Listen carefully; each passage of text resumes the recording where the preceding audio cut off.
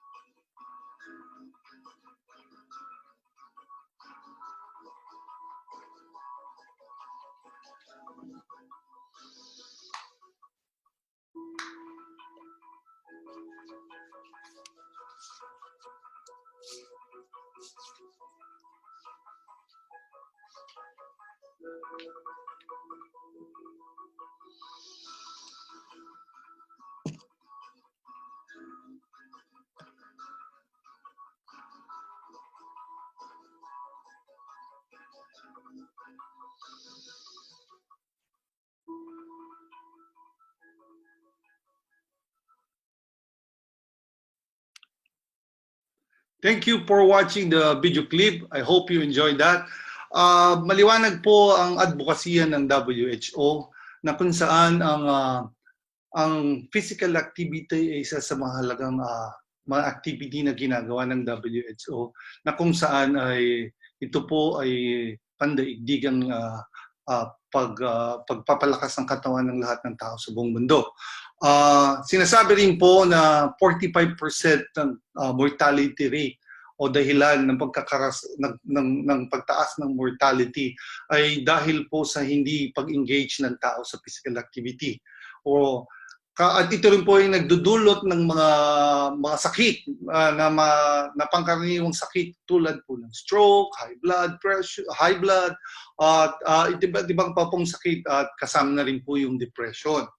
So the WHO is suggesting that at least po may 150 minutes tayo na physical activity engagement in a week, which is a moderate to vigorous aerobic physical activity. So ano po siya pwedeng gawin natin?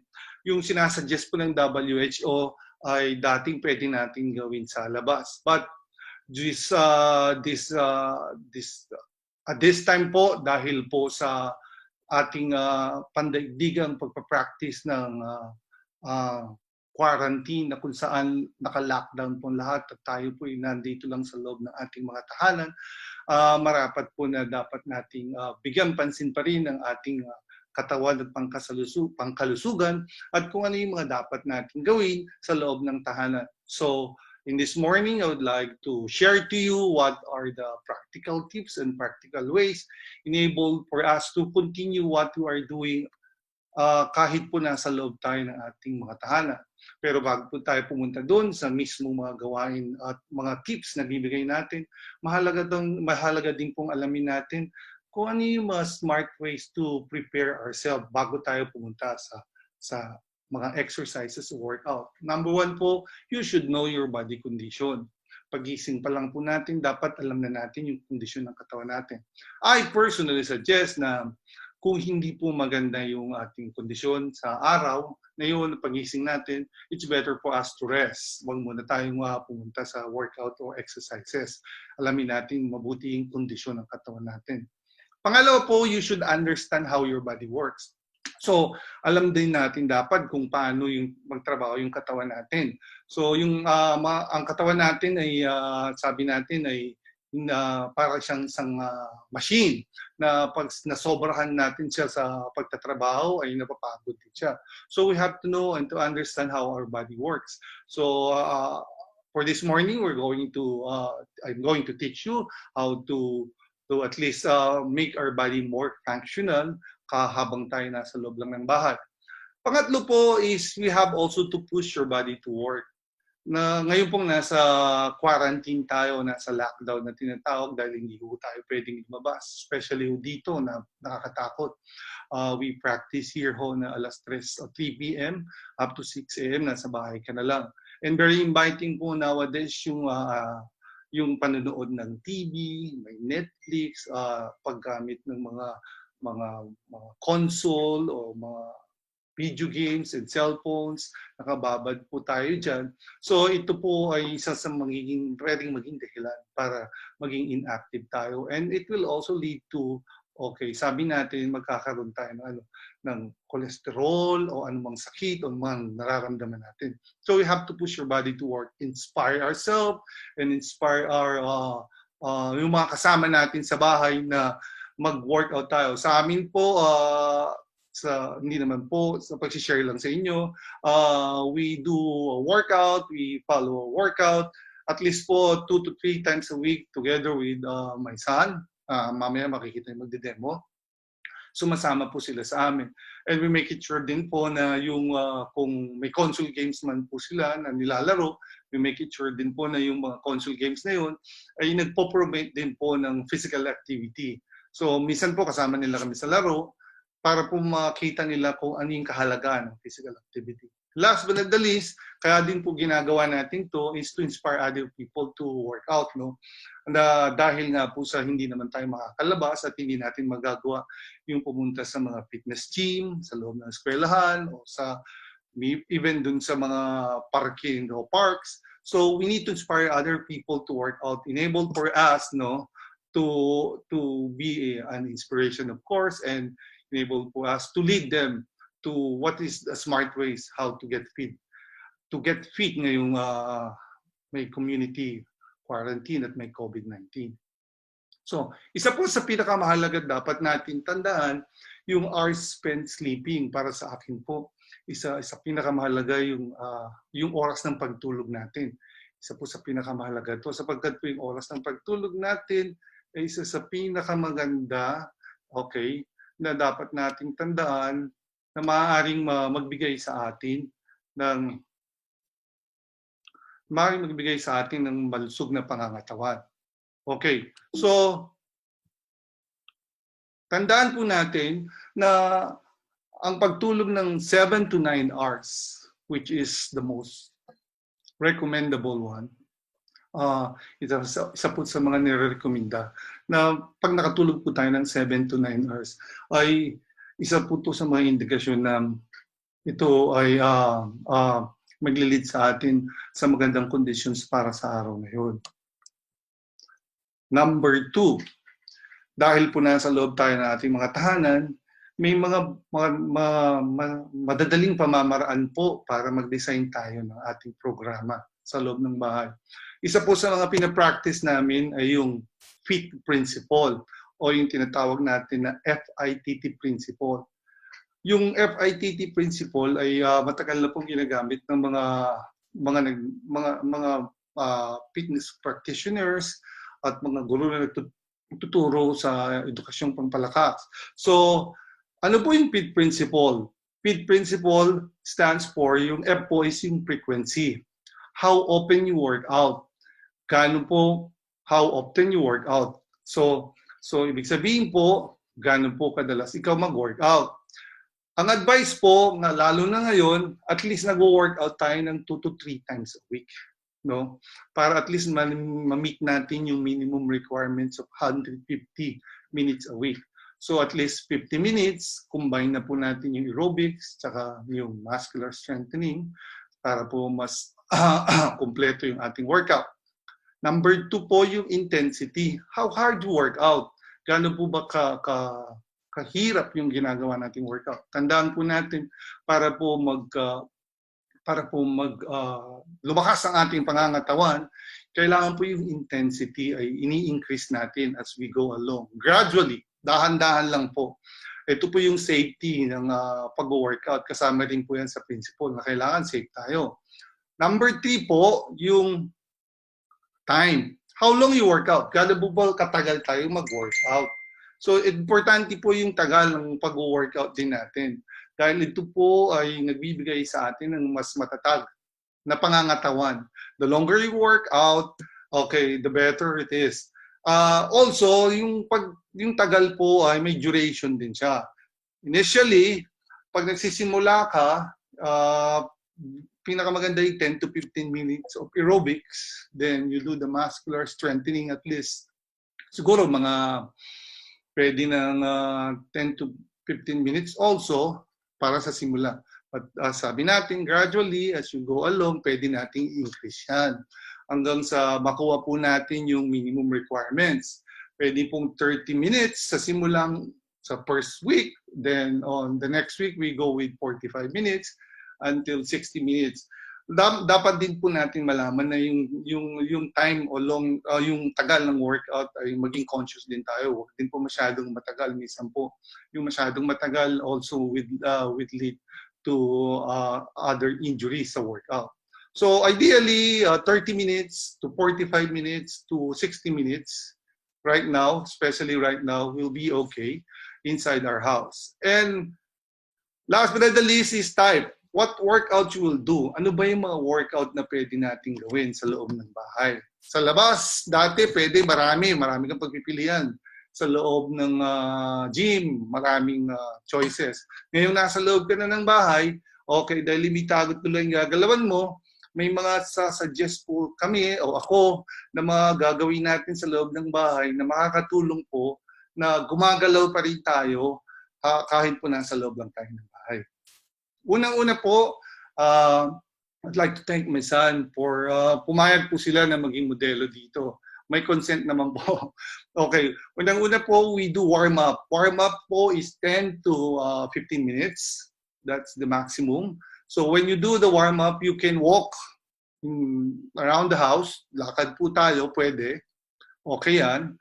Or kung may hagdan po sa inyo, pwede tayong gamitin natin siya as an alternative to aerobic stepper. Gagawin natin siya ng 10 to 15 minutes. We can have an interval of 2 minutes. Then, continue lang po hanggang matapos natin yung pag-warm up. After po nun, kung may bakuran naman kayo at safe, pwede rin kayong maglakad dun. Then after that, you do the stretching exercise. Ito po yung mga stretching exercise na binahagi namin sa inyo. So, ito yung kumpletong stretching exercise na papakita natin sa video.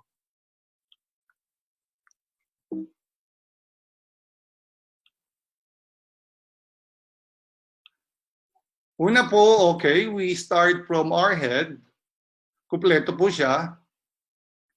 We stretch it. Ang counting po natin sa bawat sides at bawat part ng body natin, we can count from 8 seconds or 10 seconds or 15 seconds to the max. O yun po yung maximum. Okay. So, kumpleto po natin ini-stretch yung ating mga katawan para po ready tayo sa mga susunod nating mga activity or workout. Maganda pong nag-warm up tayo at nag-stretching tayo, ulitin ko, upang po maiwasan natin yung pananakit ng katawan natin. Normally, we feel pain dahil po sa hindi tayo nakapag-warm up o nakapag-stretching at we eventually pupunta na agad tayo sa mga exercises.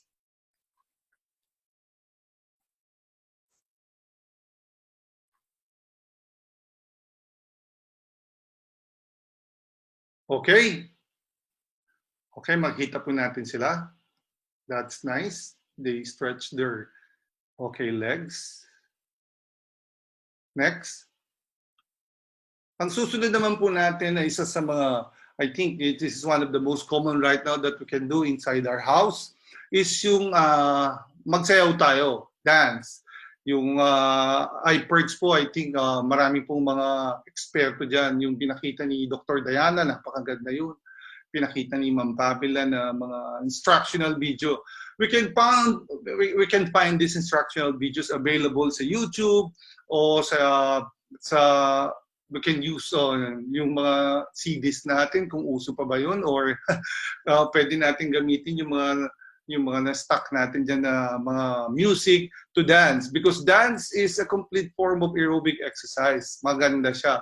It can last 10 to 15 minutes, or if you are having fun with this, I told you, you can increase it to 30 to 45 minutes and will have a better result.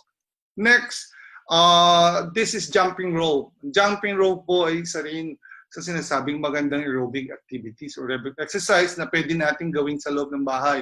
It doesn't require really much of our space. We only need to get a jumping rope, of course, and we do it. But strong warning to everybody who wants to do this, since this is weight-bearing exercises, you have to make it sure that pag ginawa natin to is tama natin ginagawa. Pangalawa, hindi tayo overweight kasi normally it hurts our knee. So ingatan din po natin to gawin kapag hindi natin magagawa ng maayos. Okay?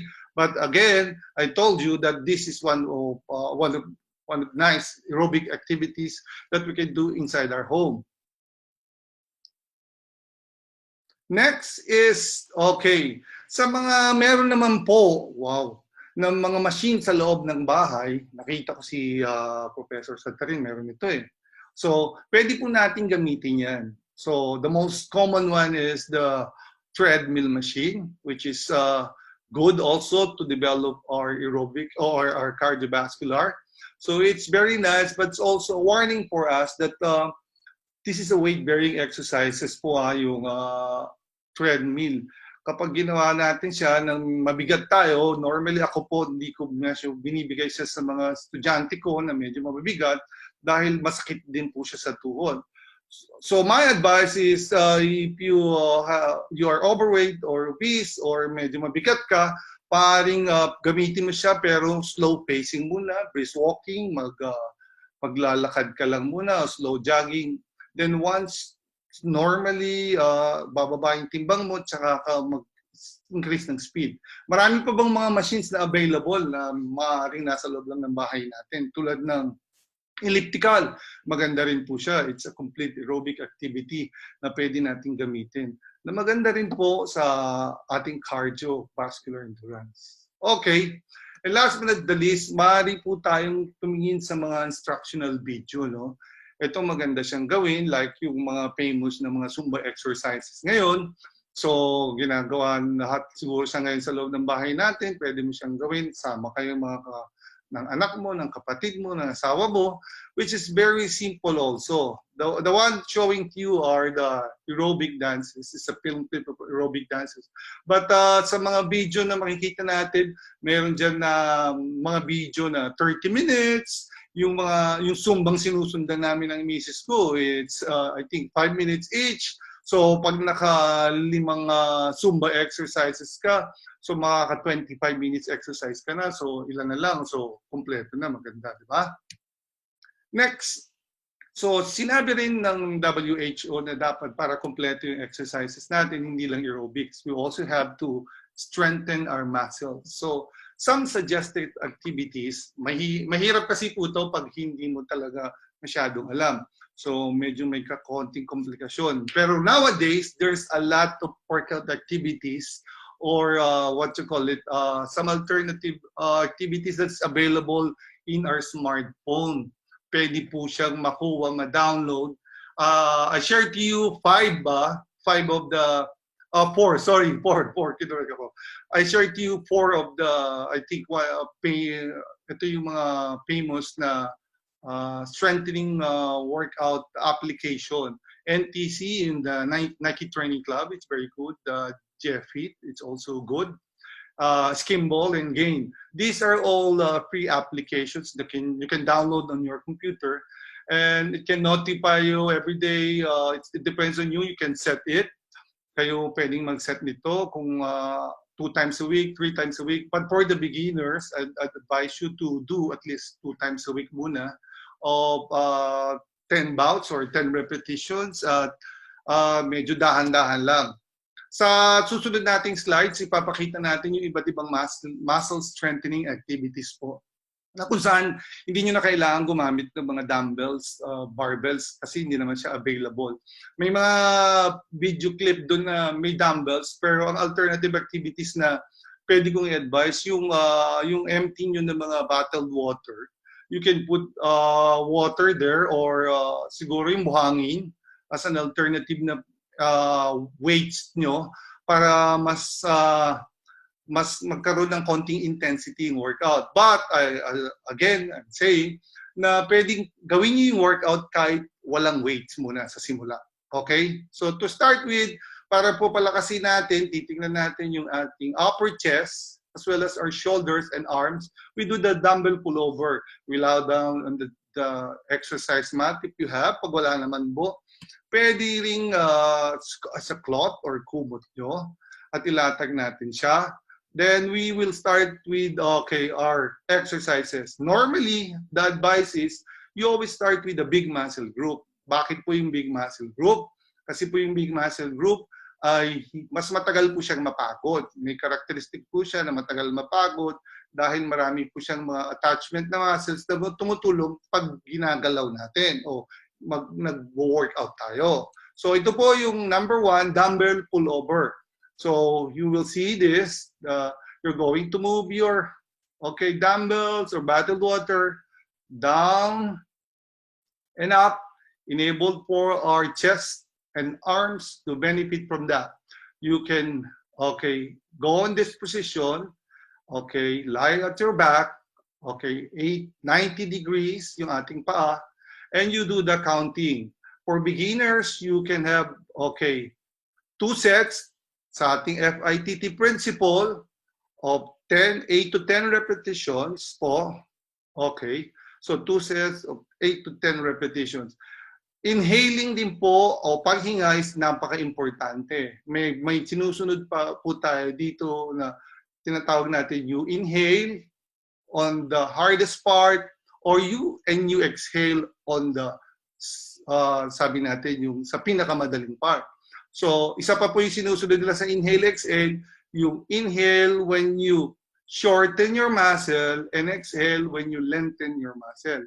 Dito po makikita natin na dapat dito, i-inhale tayo kapag yung dumbbells natin ay bababa natin yung arms natin at i-exhale tayo pag aangat. Okay po, dumbbell pullover. Next, this is dumbbell press. It's an alternative for bench press while we lie down. So sa dumbbell press po, we target our muscles or the mid muscles of our chest. At nagbe-benefit din po yung muscles natin dito sa taas or ating shoulder. We do this, the same principle for beginners. 2 sets po of 8 to 10 repetitions. Inhale. Up, exhale down.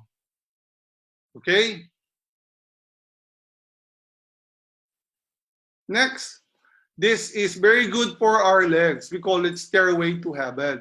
This one benefits the total body but more on our legs, especially po sa thigh natin and sa arms din natin, but more on legs po to. It's very good for our thigh and our back. This is Stairway to Heaven. We call it Stairway to Heaven. Next, Superman or Superwoman. We lie down with our chest facing the mat or the floor, and we do the movement of our legs. It benefits our butts, we call it hamstring, and the glutes, yung binti po, hita, as well as our arms. Kasama rin po yung abs. It's a total body workout, but we keep emphasis on the butt or the upper back. Itong butt po, sorry. Or the lower back, rather. Next. This is lunges. This is another leg exercise wherein, okay, we keep emphasis on our, okay, thigh as well as our back. Okay, we do this, okay, with safety precautions. Tingnan po natin yung movement, okay. We don't go pull, okay, we lock up here. So count 1 and up, inhale and exhale. So inhale and exhale. We do it, okay, alternately with our right leg first for 8 to 10 counts for the beginner, then left legs on the second, 8 to 10 counts po. Okay, of 2 sets. Next, dito po sa sample natin, bicep curl, we go now to the small muscle group. So sa bicep curl po, okay, this is a standing bicep curl. Ang alternative po natin dito, katulad ng lagi kong sinasabi, pwedeng gamitin natin na dumbbell yung mga bottled mineral water natin na improvise natin. Or, at the beginning, kahit wala po, just do the movement. Okay? So, we're gonna go here with our bicep, okay? With the barbell or alternative dumbbell. Okay, next. We can do, okay, pag medyo nagsawa na tayo, pag ganun, we can have other activities for the bicep. We call it seated bicep curl. Ito yung nakaupo po tayo. So, seated. So, concentric po siya dahil, okay, we use the dumbbells, okay, making sure that when we do it, we are in the proper position. Lengthen your spine. Lagi po namin sinasabi yan, you lengthen your spine kasi po masakit sa likod kapag medyo nakalubog yan, inyong likod. So make it sure that you lengthen your spine and you concentrate on your bicep. Your elbow should be locked in between your knees. Okay? Okay. Ang inhale, exhale natin, inhale when you shortening the muscle, papasok. Exhale when you lengthening the muscle. Next, we go to the shoulder. Shoulder is also a small muscle group na dapat po na pinapalakas din natin. Kasama siya kasi ng likod natin. So we call it shoulder shrug. Ito po, magandang exercise kahit po walang weights. Maganda po siya. So itong exercise na to, it's really benefit our shoulder. Kahit po walang weights na gamit dyan, okay siya. Ulit-ulitin lang natin siya, nagbe-benefit yung shoulder natin. Next, shoulder press. This is shoulder press. Okay, one of the famous shoulder press. Okay, shoulder press po, she's using a ball. Pwede pong kahit fixed na silya. Okay, nakaupo kayo. So, it benefits your shoulder and the upper arm. So, you will see, she inhale up, exhale down, inhale up, exhale down. And the other one for tricep is tricep dip. Ito po maganda. Isa rin sa pinakamagandang exercise. Gusto ko ito. It's a tricep dip. Wherein you're only using your body weight. Talagang bigat mo lang to. But be careful po sa pagsasagawa natin. Pwede hindi ganong elevated yung silya. So para po hindi tayo masyadong mahihirapan. This picture is a little bit advanced. You can go with the lower na silya na pwede niyong gamitin. Or kahit walang silya, sa floor lang pwede niyong gamitin. It really benefits your shoulder and your tricep. Okay, isa sa pinakamahirap gawin, lalo na pag overweight ka, yung push-up. But it is one of the most effective na pagpapalakas ng ating mga muscles, particularly in our arms, in our chest, in our back, okay, in our abs or core. So maganda siya. So push-up, dapat laging sinasama rin natin sa routine, no? Kahit konti lang, simula 8 to 10, 2 set. Habang tumatatag yung ating arms, we can add sets, we can add repetitions hanggang sa makuha po natin ng tama at maayos. Sa mga nahihirapan, you can have modified push-ups, no problem. It's still addressing the purpose of the exercises of strengthening your upper body strength. So yung arms natin, okay, a little bit wider compared to the regular one.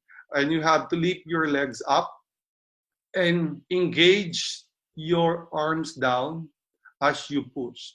Make it sure that this part are intact. It means that it's not moving and able to put most of your weight in front of your body. Okay? Klaro po? And meron din po tayong sit-ups. Okay, so sit-ups is very common to everybody. You can make a modifications of this. Ang modifications po, tawag ko dito yung tabletop. Yung paa po, instead na nandito, naka-flat lang sa floor or sa mat, you can put it up together and do your sit-ups, which is the most common na ginagawa, naka-tabletop.